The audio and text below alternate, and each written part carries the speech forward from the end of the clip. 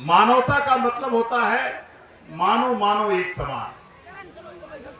मानवतावाद के लिए उन्होंने अपना संघर्ष किया और ये संघर्ष महात्मा बुद्ध जी से प्रारंभ हुआ और 1848 में एक तरह से क्रांति की शुरुआत हो गई, जिसको आपने मंच पर देखा कि ज्योतिबा फूले जी की पत्नी को ज्योतिबा फूले जी ने पढ़ा करके इस देश को संदेश दिया और सावित्रीबाई फूले को पहली महिला शिक्षिका नियुक्त करने का काम ज्योतिबा फूले जी ने किया।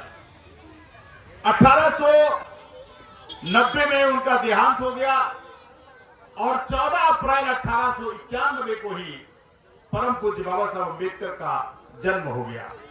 यानी इस देश में जो परिवर्तन है वो लगातार चालू है।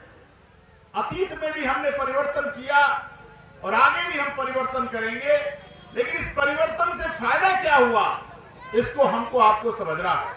अगर उसकी चर्चा हम नहीं करेंगे, क्योंकि इस देश को बनाने में हजारों महापुरुषों ने, महामानवों ने बहुत संघर्ष करके इस देश का निर्माण किया और इस देश के निर्माण करने में जो सबसे बड़ा योगदान है वो है इस देश का संविधान।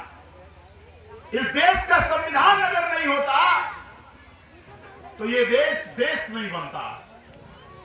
अगर हम बाबा साहब अम्बेडकर को याद करते हैं तो उस भारत के संविधान को हमको याद करना होगा और इसीलिए हम इस देश में गांव-गांव, गली-गली में जाकर कहते हैं, कांग्रेस का राष्ट्रीय सचिव होने के नाते मैं इसको देश के कोने-कोने में जाकर कहता हूं कि अब इस देश को बचाने के लिए, जिस देश को मानने वाले लोगों को देश में हर गांव में संविधान की चौपाल लगानी चाहिए।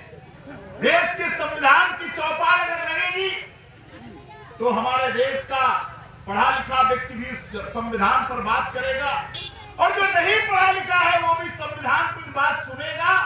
तो घर में कोई किताब हो या ना किताब हो, लेकिन इस देश के हर घर में भारत का संविधान रखा जाएगा और वो सबसे बड़ी है। क्योंकि भारत का संविधान वो केवल हिंदू के लिए नहीं है, केवल मुसलमान के लिए नहीं है, केवल सिख के लिए नहीं है, केवल ईसाई के लिए नहीं है। इस देश के एक एक नागरिक के लिए है। वो चाहे किसी जाति में पैदा हुआ हो, किसी वर्ग में पैदा हुआ हो, क्योंकि इस भारत के संविधान ने ही इस भारत के एक एक नागरिक को अधिकार दे दिया। जिस महिलाओं को पढ़ने लिखने का अधिकार नहीं था, संपत्ति रखने का अधिकार नहीं था, वो सारे अधिकार आपको जो मिले हैं वो भारत के संविधान में मिले। और भारत के संविधान को लिखने के लिए परम पूज्य बाबा साहब अम्बेडकर को जिम्मेदारी सौंपी गई, लेकिन 299 लोगों को संविधान सभा में चुनकर उनको भेजा गया, जिसमें 70 लोग मनोनीत थे, लेकिन 15 महिलाएं भी थी। जिन महिलाओं को लोग उठने बैठने का अधिकार नहीं देते, उन महिलाओं को भी संविधान सभा में पहुंचाया गया।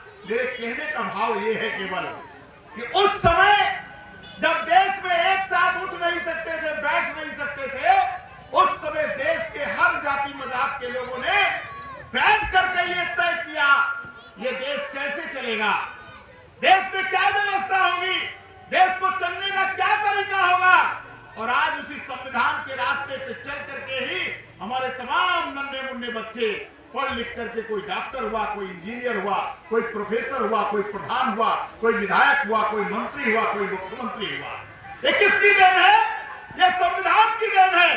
क्योंकि परम पूज्य बाबा साहब अम्बेडकर 6 दिसंबर 1956 को इस दुनिया से चले गए और इस देश को लागू करने में अगर उनका कोई योगदान है तो भारत का संविधान है। अगर बाबा साहब अम्बेडकर को हमको आपको सदैव याद रखना है तो हर घर में संविधान होना चाहिए और हमको आपको कहना चाहिए इस देश के एक एक नागरिक को संविधानवादी होना चाहिए।